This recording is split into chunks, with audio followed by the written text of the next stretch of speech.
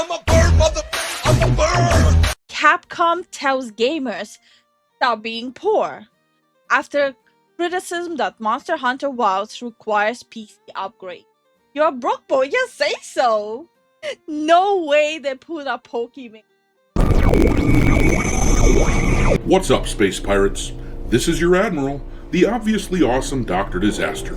And Monster Hunter Wilds has reached a new peak this weekend. They crossed 1 million concurrent players. Whoa. Surpassing 1,300,000 concurrent players on Steam and damn near reaching 1,400,000. Holy crap. Yeah, that is a whole hell of a lot of players. Capcom has clearly already sold millions of copies of this game at this point, and I will be very interested to find out how many it ends up selling by the end of the month, to see if they exceeded their own expectations at Capcom of somewhere around 7 million units. But all of that commercial success aside, the game has been absolutely plagued by negative reviews from gamers once they saw how poorly the game ran on PC. What? We had even people in our chat telling us that they're refunding the game on the basis that they literally cannot run it properly. Yeah. They were really excited about it for months, and they bought the game, they fired it up, they cannot even run it properly. Or at all. And their PCs weren't even that outdated. They might have been outdated by like a year or 2 years maximum. So you should be able to still run it. This is just so sad. What the hell is that? If you look over on Steam, the review score is up from the first couple of days of its release, where it was sitting at around 40%, but Like Marvel Rivals had a pretty bad launch as well. Like their optimization was really horrible. Kinda still is. Yeah, but like specific GPUs couldn't even properly run it. I was one of those people. I couldn't properly run it even when I wasn't streaming. But they did optimize it like within a month, and now I can properly stream it with even my model on. It is possible that they will fix the issue, but the sentiment from Capcom honestly is more of a upgrade your PC instead of us fixing it. 50% is not exactly stellar. And over on Metacritic, Monster Hunter Wilds is doing a little better with a 7.3 out of 10 user score. The primary complaint for anyone giving it a negative is basically the same thing across the board. The game itself is considered fun, but it is optimized extremely poorly to the point that a large chunk of PC users are finding this game that they spent $70 on to be completely unplayable. You know what? This is bullshit. Yeah, that is completely bullshit, especially for a full-priced game. But the only thing worse than the optimization problem for this game on PC, which requires quite an expensive rig to run it well, must be Capcom's response to it. For some, Like in this day and age, with everything hiking up, having to buy a new PC just to play Monster Hunter, I don't know. It seems a little bit like a reach. Holy. Stop right there, criminal scum! Nobody breaks the law on my watch! Hey Zen, I'm playing Need for Speed Hot Pursuit, and this mission requires me to drive a Nissan GT-R Spec V, and it was awful. Its acceleration and speed is shittin', its drifting is terrible, overall the Nissan is bad, never picking. Go with a Toyota. Need for Speed puts in more drifting capability in Toyotas and BMW. completely disconnected from the gaming community. Their message to gamers essentially boiled down to this. Have you tried not being a poor person?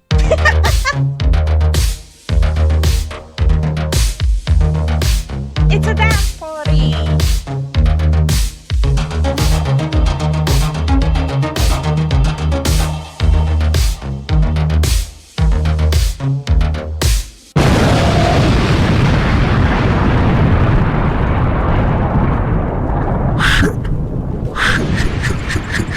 Stop right there, criminal All right, scum! me hearties. Nobody breaks the law on my watch. Make sure you hit the like button on this video, share it with your friends, subscribe to the channel if you haven't done so already, and don't forget to follow me over on X, where my handle is Dr. Disaster 1. But anyhow, we have watched this phenomenon over the past several years, and it is truly mind-boggling to behold the fact that modern AAA gaming companies who have millions of dollars at their disposal to put together technical masterpieces, they can't figure out how in the hell to talk to gamers, their customers. Some of the most egregious examples of this come from these corporations who shit on gamers when they ask them to keep the politics out of their games. These particular game devs and community managers. Yeah, like the worst thing I hate when people keep saying like there's no possibility of keeping politics out of the game. Games and politics go hand in hand. Like, brother, are you sure? Are you sure about that statement? Because we didn't have that problem, let's say 7 years ago, 5 years ago, but all of a sudden it has to go hand in hand. Who spar with gamers over this subject are deliberately provocative, incendiary, and condescending. But even the companies who aren't doing that, who aren't acting holier than thou and insisting that you have to swallow up their political agenda because that's just the way it is, even these other companies just don't understand how to not piss us off. One example of this is Todd Howard from Bethesda, who basically said to gamers a few years ago, hey, if you can't run Starfield on your PC, you need to upgrade your PC. Or, upgrade the chip in your head. Games and politics are one in the same. Dog, look at the Doom games and can be awesome without politics. Dude, look at the stick fight game. Homie, it's political. I guarantee you someone will figure out how to make it political because it's a red stick man versus a blue stick man. They'll be like, yes, that's political. It's the Democrats and the Republicans. I'm calling it right now. Or like the toy with the two boxers. Republicans versus Democrats. It's it all coming together. We were brainwashed to see games and politics in the same. It's all because the red and the blue.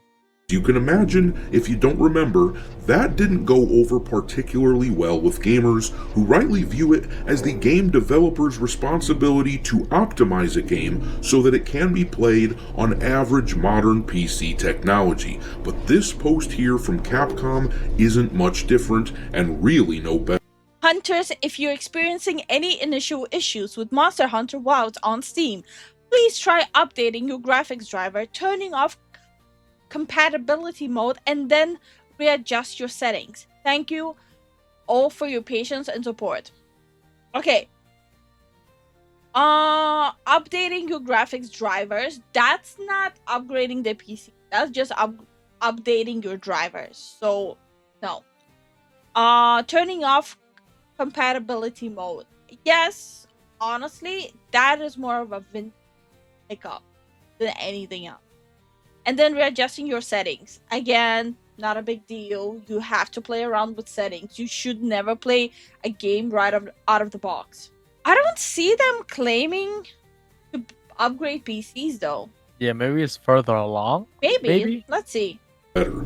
Pirate Nation on X posted this Capcom response to the negative feedback they were getting on Monster Hunter. It says, Hunters, if you're experiencing any initial issues with Monster Hunter Wilds on Steam, please try updating your graphics driver, turning off compatibility mode, and then readjust your settings. Thank you for your patience and support. So basically, not a single word about them doing anything to improve the situation for loyal customers who just dropped 7.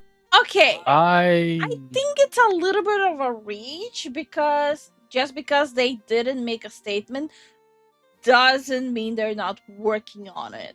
Yeah, it seems like they're trying to have a maybe that's the issue. Like try this, see if it works. If not, by the time you try it, maybe the update will drop. we'll only be able to see that like coming days or weeks. And I'm not defending Capcom. Like, I'm not a fan of them in general. I play their games, they're always badly made. Yep.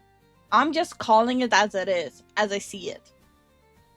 $70 at a minimum to play their game. That is wildly unacceptable and just plain ludicrous. But here's the thing, this game, Monster Hunter Wilds, represents everything wrong with modern games from a developmental, technological sense. So many of these modern games are focused now on pushing the envelope with regards to graphics. They want No.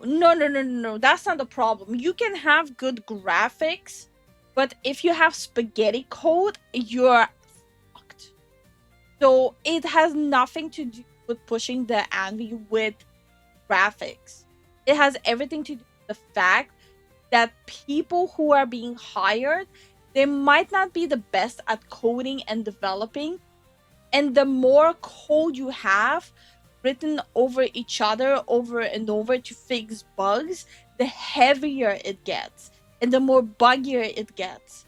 to create every little whisker growing on every character's face, despite the fact that gamers largely won't be able to see it. But none of these developers really stop to think about whether or not this adds to a gamer's experience when playing the game. None of them think, man, does this tiny hair follicle growing on this dude's ear actually make the game better? Or does it unnecessarily clog up a game's performance? The graphical upgrades in gaming these days are so minuscule compared to the generational leaps that we saw 20 years ago. Think about what a jump it was going from a PS. Well, also, the way you can also make like a game more lightweight, and the way you can make the game more lightweight for people to choose an option. You see all like these follicles of like hair and stuff like that. These are separate polygons, right? So to be better at accommodating people with like lower end PCs, you can literally have optimization options where you can reduce how many of them are rendering in.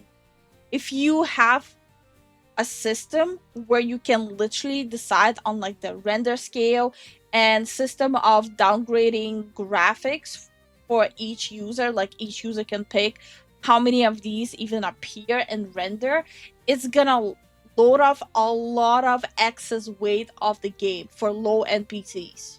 PS2 to a PS3, but the jumps nowadays are so small, so negligible, that I get the sense that a lot of these developers are hunting for things that they can do to claim some kind of technical superiority over their competitors, but they aren't asking the most important questions of all. First of all, is this good for the gamers who largely will not give a shit about whether or not the monsters in the Monster Hunter game have irises that realistically respond to light? And probably the most important. Basically, he's saying that is it really necessary to have all the junk and gunk around?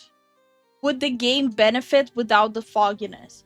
Would the game benefit without all these extra separate feathers? It all comes down to how can you make the game more immersive looking without all the junk thrown on top of it. Question of all that game developers should always be asking is this: is the game fun? That is why Nintendo has remained successful for so long, despite the fact that their games haven't been. Okay, how long will it take for the modding community to bring in and optimize the game? I'm giving it another week or two.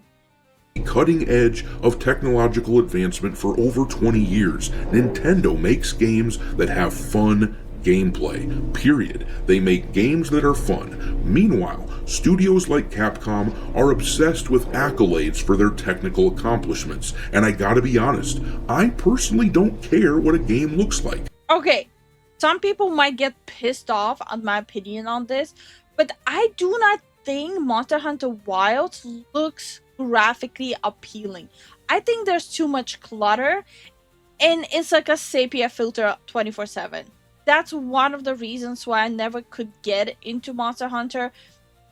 I care about how much fun I have with it. Someone asked me the other day what era of gaming I enjoyed most, and I answered the PS2, GameCube, original Xbox 360.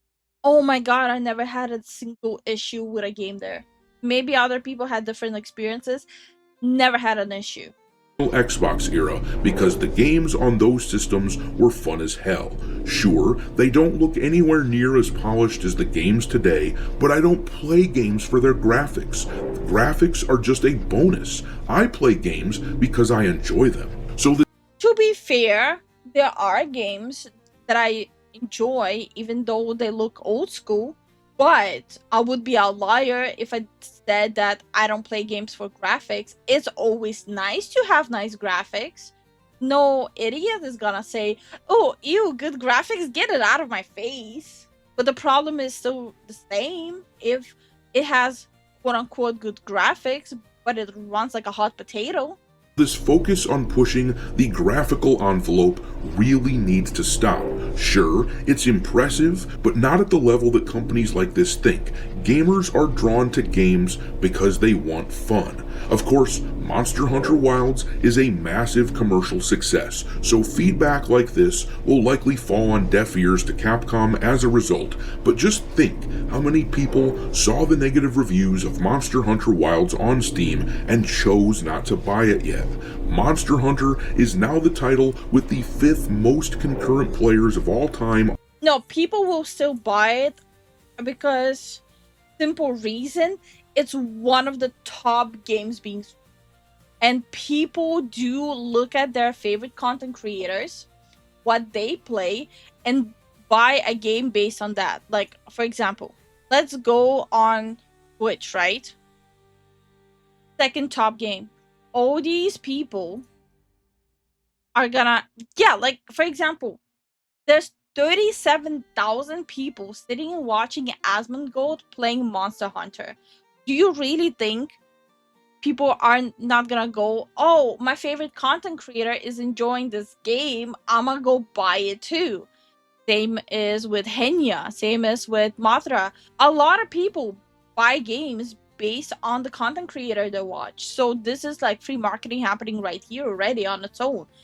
So saying that people are not gonna buy the game because of the reviews is kind of false. On Steam, but that number could have been even more impressive if they would shift their focus away from what amounts to a trivial component of the game. And on top of all of that, they really need to learn how to communicate with normal people, for cripe's sake.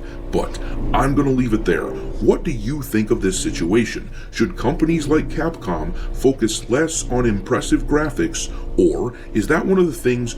Well, I think the title is a little bit misleading. They didn't really say stop being poor. All they said was lower the graphic.